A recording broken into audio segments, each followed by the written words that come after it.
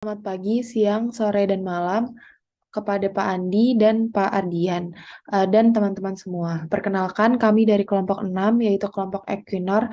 Pada kesempatan hari ini kita akan menjelaskan mengenai natural gas dan energy security di Asia. Sebelumnya, izinkan kami memperkenalkan anggota kelompok kami. Yang pertama ada Joresha Hainan Ataya Zahra, yang kedua ada Mutia Rizky Hidayati, yang ketiga ada Michael Gabriel Owen, dan yang keempat ada saya sendiri yaitu Rafa Marsalapsari, dan yang kelima ada Raisa Anissa Effendi. Untuk outline yang akan kita sampaikan pada presentasi hari ini adalah yang pertama, pokok masalah dan tujuan, yang kedua ada energi security, yang ketiga ada kondisi gas alam di Asia, yang keempat ada demand gas alam, dan yang kelima ada kesimpulan.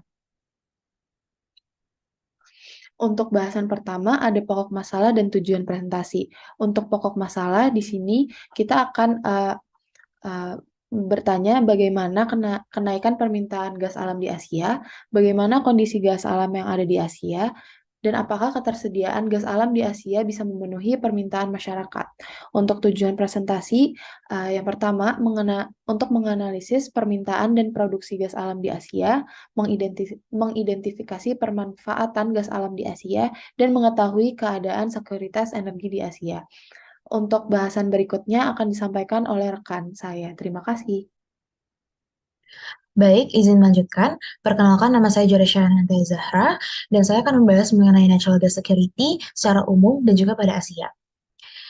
Di sini, natural gas merupakan komponen penting dalam pasokan energi dunia karena merupakan energi yang paling bersih, aman, dan berguna.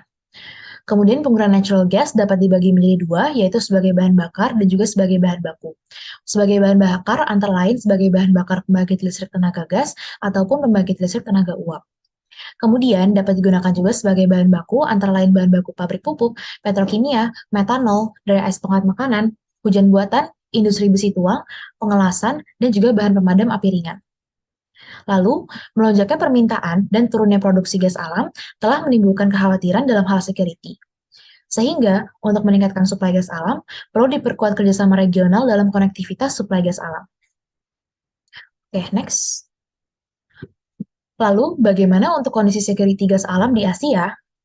Di sini, penentu utama apakah negara-negara Asia dapat mempertahankan momentum pertumbuhan adalah kemampuan mereka untuk menjaga keamanan energi dan lingkungan pasar yang semakin bergejolak dan juga tidak dapat diprediksi. Terdapat 4 alasan kenapa natural gas di Asia masih underutilized.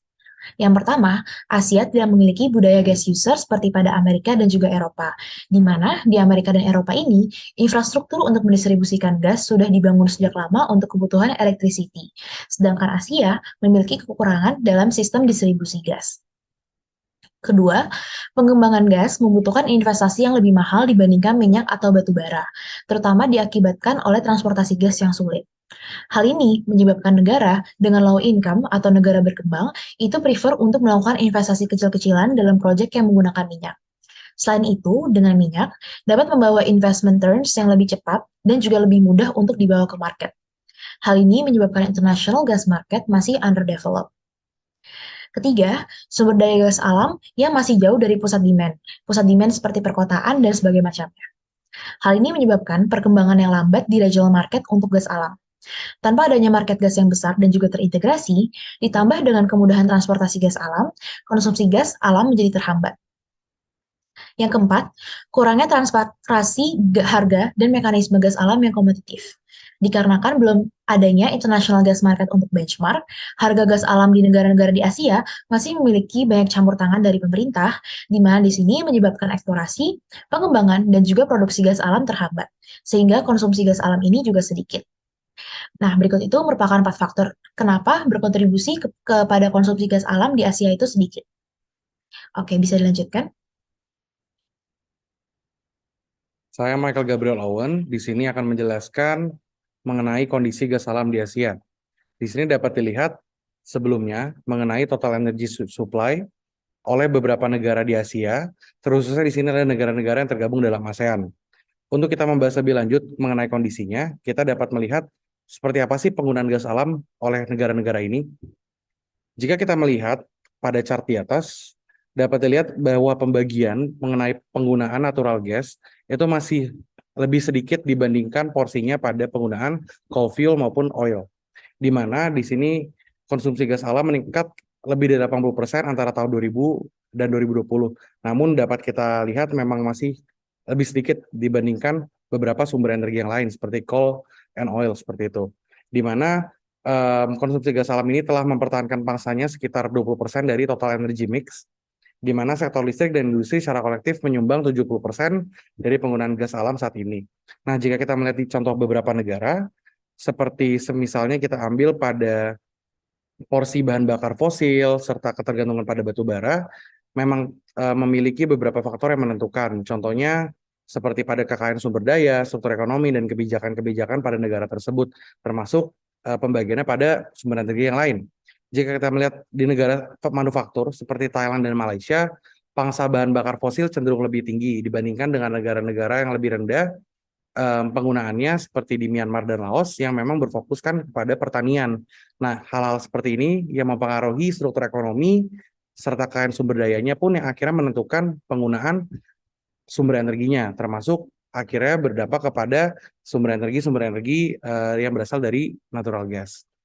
Nah, jika kita melihat contoh berikutnya, di sini kita akan membahas sedikit mengenai produksi gas alam di Asia berdasarkan kedudukannya di secara global.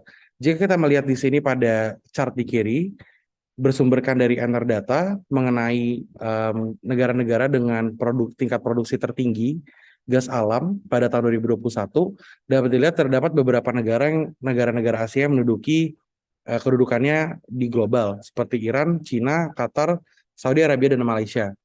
Di mana jika kita melihat pada grafik di tengah, produksi gas alam di Asia tahun 2011 hingga 2021 dalam range 10 tahun hampir selalu mengalami peningkatan atau paling tidak mengalami berada di angka yang cukup stabil.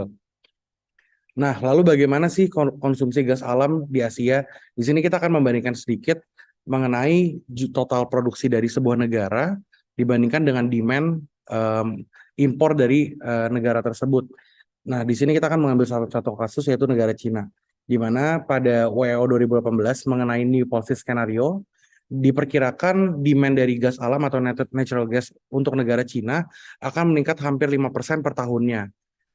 Dan ini diambil dari tahun 2019 hingga 2040 dan diperkirakan mencapai 708 billion cubic meter gitu, atau BCM.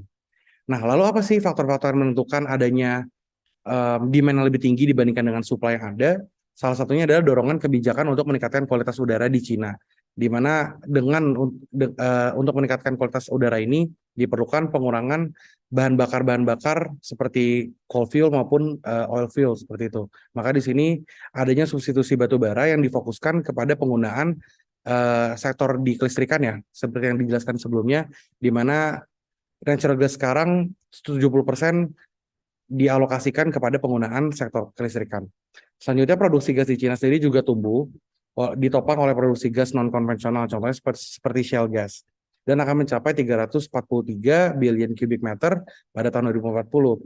Nah, tapi terlepas dari peningkatan yang ada ini, seperti dilihat pada data-data di atas, Cina akan tetap menjadi importir gas utama nih.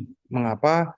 Karena memang total impor gas bersih diperkirakan yang akan mencapai sekitar 370 billion cubic meter pada tahun 2040, baik dari jaringan pipa maupun LNG, masih akan menjadi proyeksi yang tetap.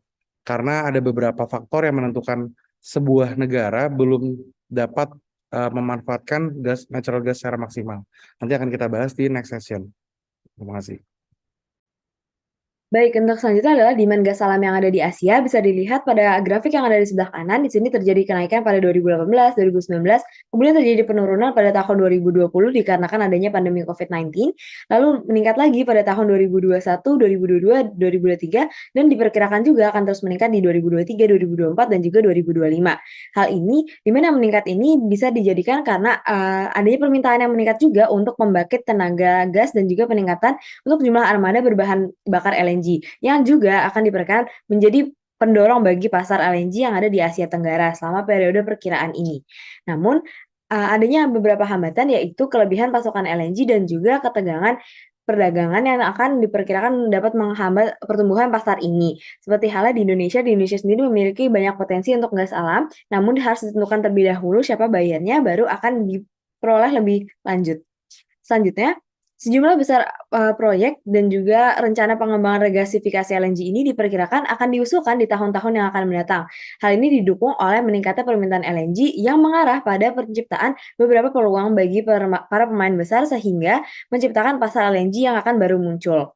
Kemudian, Singapura juga diharapkan menjadi pasar terbesar selama periode perkiraan ini karena meningkatnya konsumsi gas alam pada wilayah tersebut.